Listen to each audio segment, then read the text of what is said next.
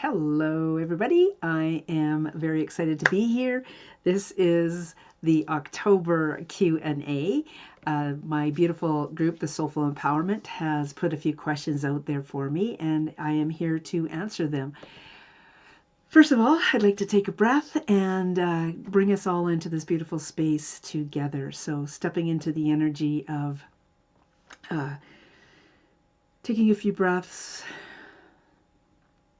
inviting your mind, body, and soul and all aspects of self to be willing to receive and share, to accept, trust, and believe,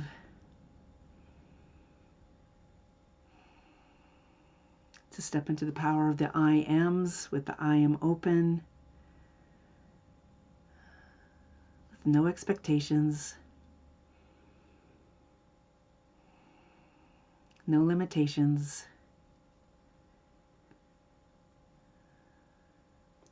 and I am creating my outcome. I'm also inviting you to take a moment to love yourself. So breathing your way into the I am love.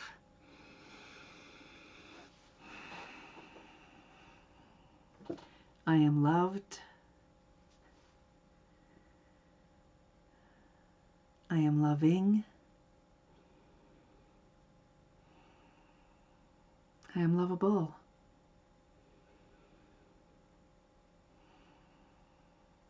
I love me. I love myself. I am divine love. And so it is. Also, when I am doing this, it is always for the highest good, for the most benevolent reasons, and the greatest good of all. Know that of the questions that are being asked, there are usually answers there for yourself as well. So I'm truly inviting you to think about what's being questioned here. My beautiful friend Christina, her question is, when it comes to soulful empowerment, what practice do you feel most honors your journey? What practice most honors your journey? I've been thinking about this one, actually. I noticed the question the other day, and the first thing that came to me, and I'm truly on track with this, is really that I choose to walk the shaman's way. And what that means is that I walk, ideally for the most part, I'm of course human, I walk in this energy of acceptance, of love, of sharing, of being of service, of witnessing, observing. And that, when you think about the question, when it comes to soulful empowerment, what practice do you feel most honors your journey? That's what it would be. It would be the walking in this energy of awareness and joy and really stepping into the opening that I just gave you there, that I'm open with no expectations, no limitations, and I am the one creating my outcome. So consciously aware that I am the one creating my outcome. So if I'm going through my life and I'm happy for the most part, I'm choosing to step into joy, I'm choosing to step into the energy of the possibilities, then I am truly living a soulful, empowered life. And that really does honor my journey. So very, very powerful. Thank you for asking that, Christina. Alejandra, she asks, she starts a new job on Monday, and this was last week. So her starting this new job is, can you give me a message from Spirit? Oh, this was Lupe, actually. My apologies. I'm going to do Lupe first. Lupe asked the question. Oh my goodness. I've got to read these a little bit more clearly. Lupe asks the question. I start a new job on Monday, and this was just this Monday past. Can you give me a message from Spirit? The first thing that I'm seeing is this bouquet of roses. It's so interesting because I was going to say tulips or flowers, but roses rolled off of my tongue very, very easily, very, very, very definitively. And with the energy of that, it's so magical because I'm just feeling the energy of my dragon energy that from the source, and it's got this galactic energy here, and this is what I'm seeing in there are these roses and bushes of roses, bouquets of roses, and it's about learning how to step into this in a way that's presenting you in a powerful way. It's learning how to speak your truth to yourself about each of the steps that you do along the way. There's something else here too. That there, it feels like there is something prickly there. It's something that can be overcome though. And it's interesting because it's something that can be healed. Like I'm really feeling the thumb energy. So what does thumb energy mean for you? Thumb specifically. Like if we didn't have a thumb, we wouldn't be able to hold on to things as easily, right? Like dogs don't have thumbs. Squirrels have thumbs. Lots of different creatures do have thumb appendages. So there's something about being able to use all the parts of yourself in this job in a way maybe that you haven't before. Okay, what an interesting question. Alejandra, hers is, does Spirit have a message for me today?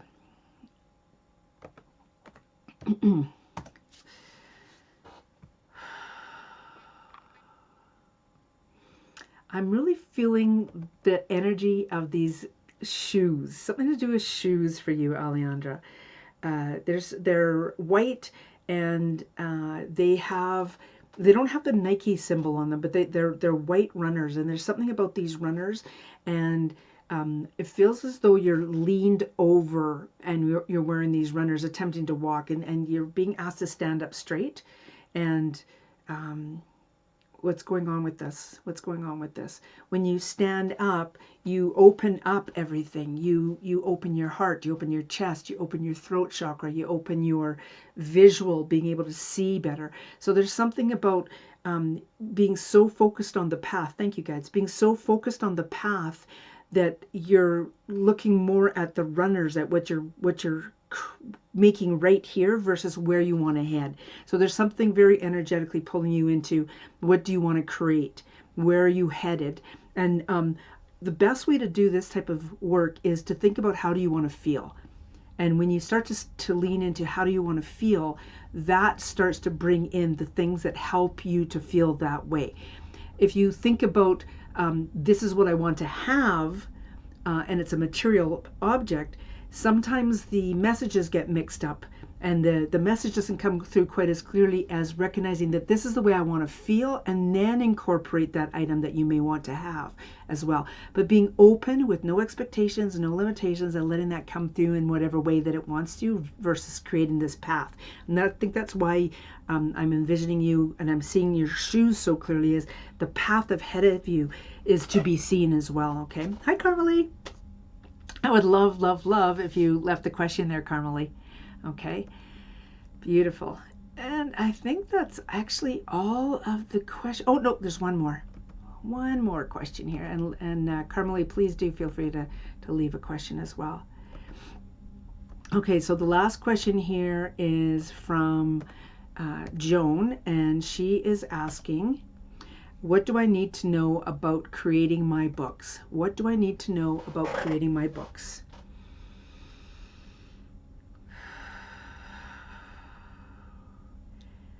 It's so interesting because I have this visual of you at your desk and what I'm seeing of you. It's just like if you and I were sitting Zoom to Zoom room speaking with each other, or I was in your space across the desk from you, seeing you.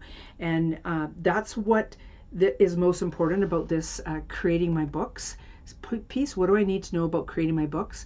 To create them from your desires, your needs. Other people will naturally be drawn to them because they recognize their needs are similar to yours or the same as yours. However, if you create the books for other people, and you're attempting to create it for them, the messages will get lost. They won't be as clear as if you're creating this book for yourself. So it's just like myself.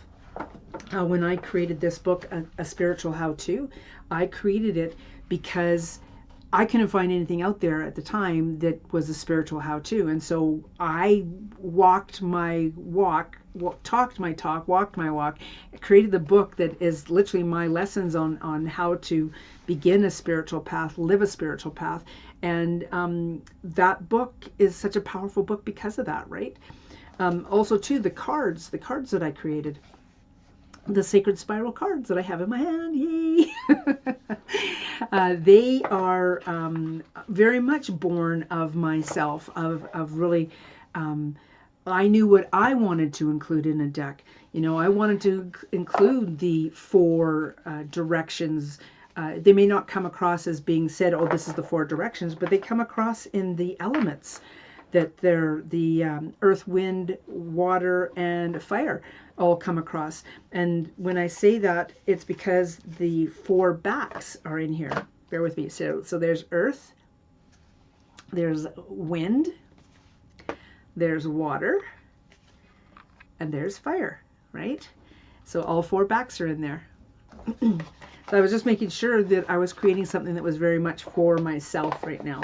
And in that, because I created this deck for myself, it's become so much more. It's been a deck that I know other people will absolutely enjoy having as well. So thank you, Carmelie. She's been struggling I guess off and on with knowing I'm moving next year, but sitting in this in-between space, knowing I'm going, but not knowing where or when just yet. I feel like I have no direction in this space, and I spiral every so often. Do I keep my focus? How do I keep my focus when I don't have anything to focus on yet? I love this. Let me speak from a personal point of view here first, before I tap into the reading part of this, Carmelie, for you. This past 2-3 months has been just absolutely in a flow of energy, of really not knowing what's going on, and really kind of thinking we are going in a very specific direction. And in that direction, I started to move things in the house, meaning I started to pack things up. I started to recognize the things that I didn't want around anymore, that I was ready to let go of, this type of thing. And then we totally switched gears because of other things, and we are now staying where we're staying for the foreseeable future. And with that in mind, I had to shift again to, okay, am I still approaching my entire house the same way, or am I now shifting gears in what I want to do around the house? So that's the first bit of information that comes through, is if you know you're moving next year is literally 2 months away, right? It's unlikely you're moving in January because of where you live. It doesn't. The weather doesn't entertain a very fun move, does it? However, you could be looking at what you have in your space and making very constructive decisions about, okay, this is something I really do want.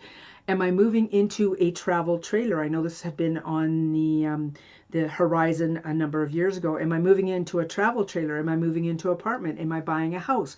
Whatever it is, there are definitely going to be decisions around, do I want to keep every iota of everything that I have, or am I ready and willing to let go of other things, right? So that's what's coming through on a personal note from myself. Energetically,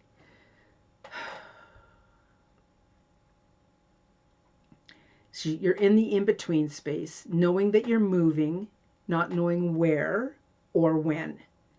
You have no direction, and I spiral every so often. I think that's kind of cool because sacred spiral. That's what the deck of cards is called, right? How do I keep my focus when I don't have anything to focus on yet? The focus, again, I'm going to use this just like with Alejandra. It's how do I want to feel when I move? I want to feel that I've done everything I can in my space, meaning that if you've got a house to sell, it's prepping it for sale. It's about, again, the organizing of things, starting to pack things. If you leave everything until the moment that you know where you're going, it's going to be more chaotic, okay? So let me just tap in here. Energetically, I'm feeling this lightning and thunderstorm, and I'm feeling the energy of the magic in that versus the chaoticness of this. It feels very much like you tapping in to a part of yourself that is, um, gosh, does this want to come through? It feels like it's a more natural part of yourself that you haven't given yourself room to explore yet. And understand when I say that, Carmelie, that uh, it. How does this want to come through again?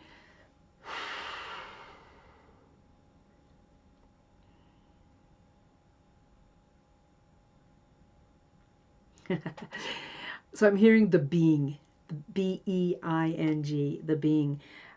It's the allowance of the being in the moment.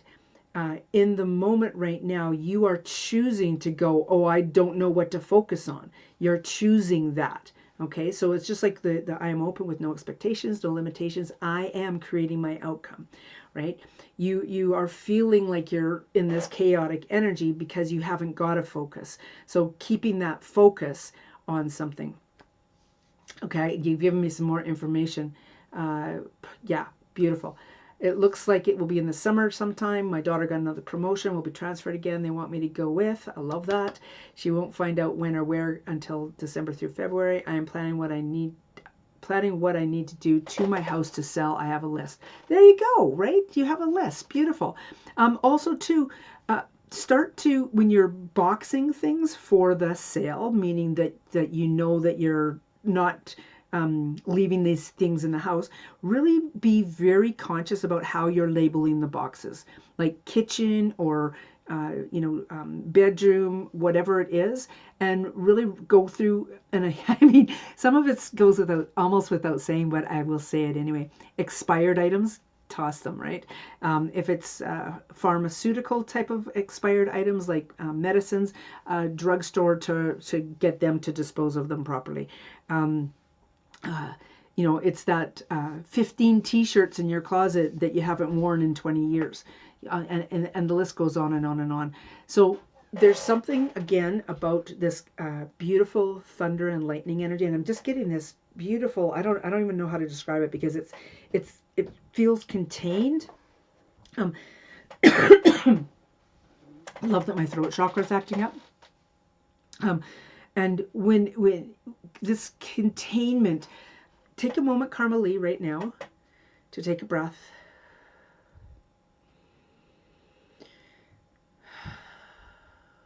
Witness yourself in this beautiful thunder and lightning,